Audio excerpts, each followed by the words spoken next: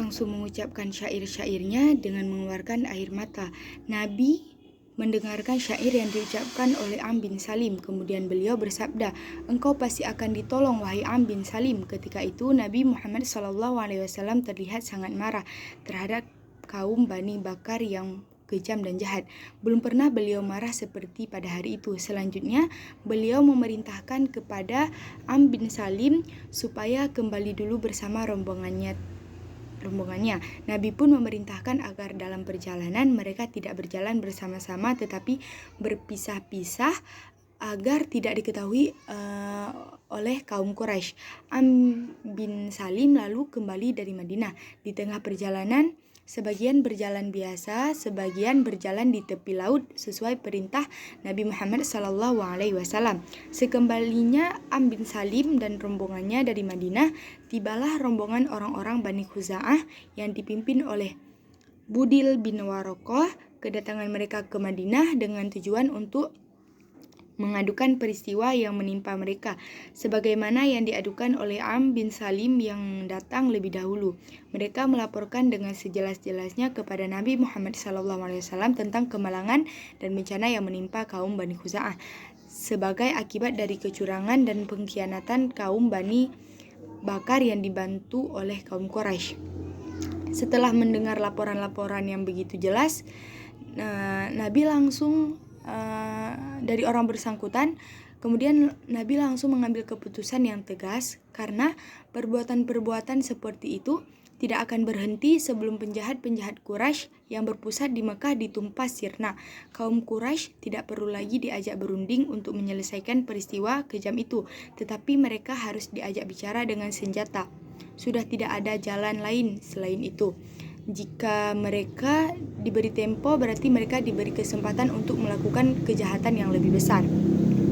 Keputusan ini diambil oleh Nabi Muhammad SAW dengan tekad bulat tanpa ragu-ragu.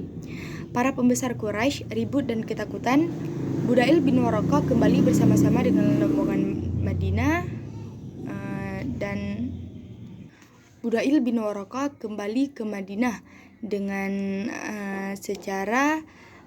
dengan mengambil jalan biasa, tidak dengan sembunyi-sembunyi, dengan membawa kesan-kesan yang berat karena telah melihat sikap dan gelagat yang akan dilakukan oleh Nabi Muhammad SAW terhadap kaum Quraisy. Sementara para ketua dan pembesar Quraisy sudah mendengar berita-berita tindakan yang dilakukan oleh para pemuda mereka sendiri seperti Ikrimah bin Abu Jahal. Timbullah penyesalan mereka karena bagaimanapun juga mereka ikut bertanggung jawab. Karena itu mereka sangatlah terburu-buru memutuskan untuk mengirim Abu Sufyan bin Harb, seorang pembesar Quraisy yang memegang kedudukan tertinggi pada masa itu, untuk memperbarui perjanjian. Pada hari yang telah ditentukan, Abu Sufyan bin Harb berangkat ke Madinah. Ketika sampai di satu tempat yang bernama Usfan, tiba-tiba ia bertemu dengan Budail bersama dengan rombongannya yang sedang dalam perjalanan kembali. Timbullah kecurigaan dalam diri Abu Sufyan terhadap Budail. Kalau Budail baru saja kembali dari Madinah, jika benar Budail baru kembali dari Madinah, sudah tentu Budail memberitahu semua peristiwa itu kepada baginda Nabi besar Muhammad SAW. Karena itu, terbayanglah dalam benak hati Abu Sufyan bahwa untuk melaksanakan tugasnya dari Mekah tentu akan sulit. Di tengah perjalanan sebelum sampai di Madinah, Abu Sufyan memutar pikirannya, yaitu untuk tidak secara langsung berbicara dengan beliau, yaitu baginda Nabi besar, tetapi meminta bantuan supaya hajatnya berhasil dengan baik kepada orang terdekat Nabi. Yang pertama yang ditemuinya adalah Ramlah bin Abu Sufyan, istri Nabi yang bergelar Ummu Habibah, dengan harapan anaknya itu dapat menjadi perantara baginya untuk menghadap Rasulullah SAW.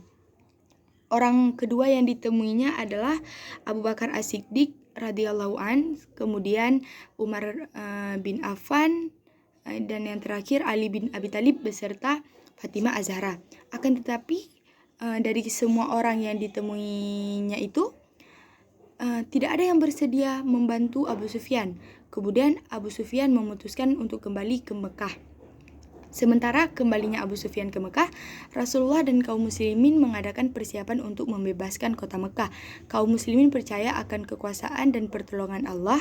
Mereka berharap dapat menyergap kaum Quraisy di Mekah dengan tiba-tiba sehingga mereka tidak sempat mengadakan perlawanan, dan dengan demikian mereka menyerah tanpa adanya pertumpahan darah.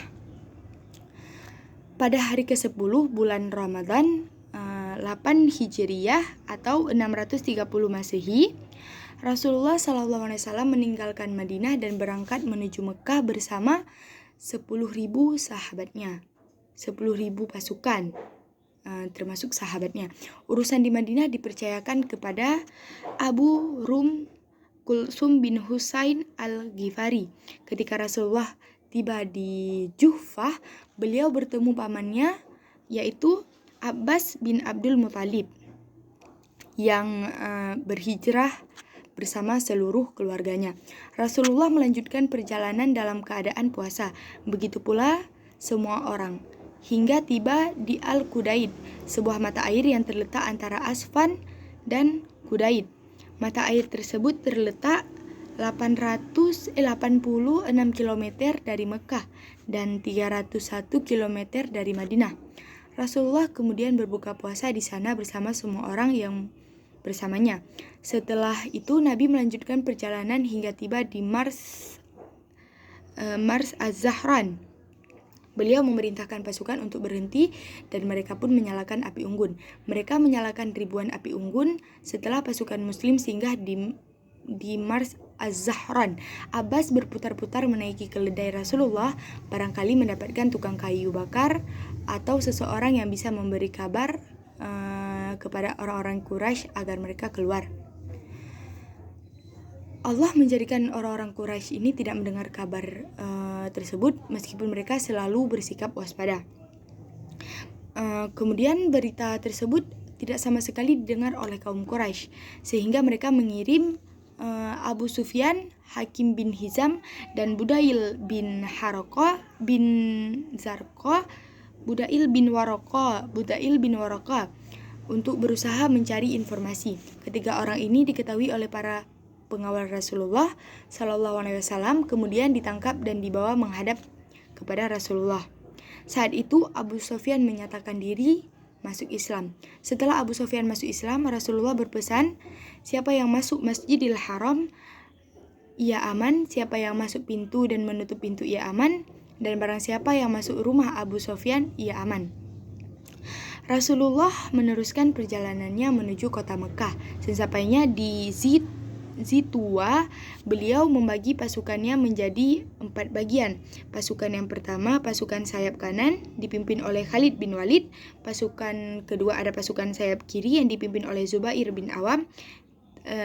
Ada pasukan selanjutnya, pasukan bagian barat dipimpin oleh Sa'ad bin Ubadah. Dan yang terakhir ada pasukan Bukit Hind dipimpin oleh Abu Ubaidah dan Rasulullah. Rasulullah bergerak bersama Muhajirin dan Ansar hingga masuk Masjidil Haram. Beliau menghampiri Hajar Aswad lalu menciumnya. Rasul kemudian bertawaf di sekeliling Ka'bah sambil memegang busur. Pada waktu itu di sekitar Ka'bah terdapat 360 berhala. Beliau menghancurkan berhala-berhala tersebut. Setelah Rasulullah selesai melakukan tawaf, beliau memanggil Utsman bin Talhah dan memerintahkan untuk mengambil kunci Ka'bah. Setelah itu, sahabat Bilal diperintahkan Nabi untuk mengumandangkan azan di atas Ka'bah untuk memanggil orang-orang supaya mengerjakan sholat bersama-sama. Inilah kali pertama azan dikumandangkan di Mekah setelah terbukanya kota Mekah, dan orang-orang pun segera berbondong-bondong beramai-ramai datang ke Masjidil Haram untuk sholat berjamaah yang dipimpin langsung oleh baginda Nabi besar Muhammad SAW.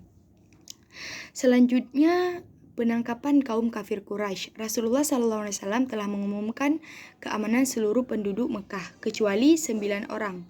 9 orang itu adalah Abdul Uzza bin Qatal, Abdullah bin Abu Sar, Ikrimah bin Abu Jahal, Haris bin Naufail bin Wahab, Mikyas bin Subabah, Habbar bin Al-Aswad, 2 budak Ibnu Katal, Sarah, budak Bani Abdul Muthalib, yang membawa surat Hatib bin Abdul Balta'ah untuk dilaporkan kepada Quraisy.